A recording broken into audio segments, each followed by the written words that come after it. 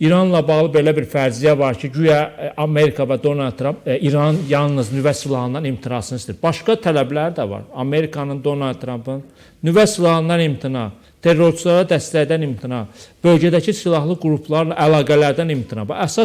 Əsas tələblər budur. Əsas tələblər budur. İmtina edəcək, bunu biz zaman göstərəcək, amma hadisələr hər zaman elə inkişaf edir ki, İran rəsmiləri və mühafizəkar dairə bir söz deyirlər, əməldə fərqli siyasət yürüdürlər. Baxın, Suriya nümunəsi var.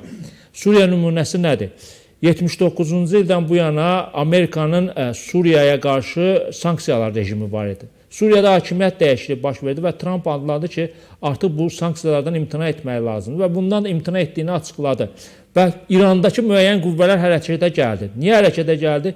Düşündülər ki, əgər Suriyaya qarşı sanksiya ləğv olunursa, niyə İrana qarşı ləğv olunmasa, əgər İran Trump'ın şərtlərini yerinə yetirəcəksə?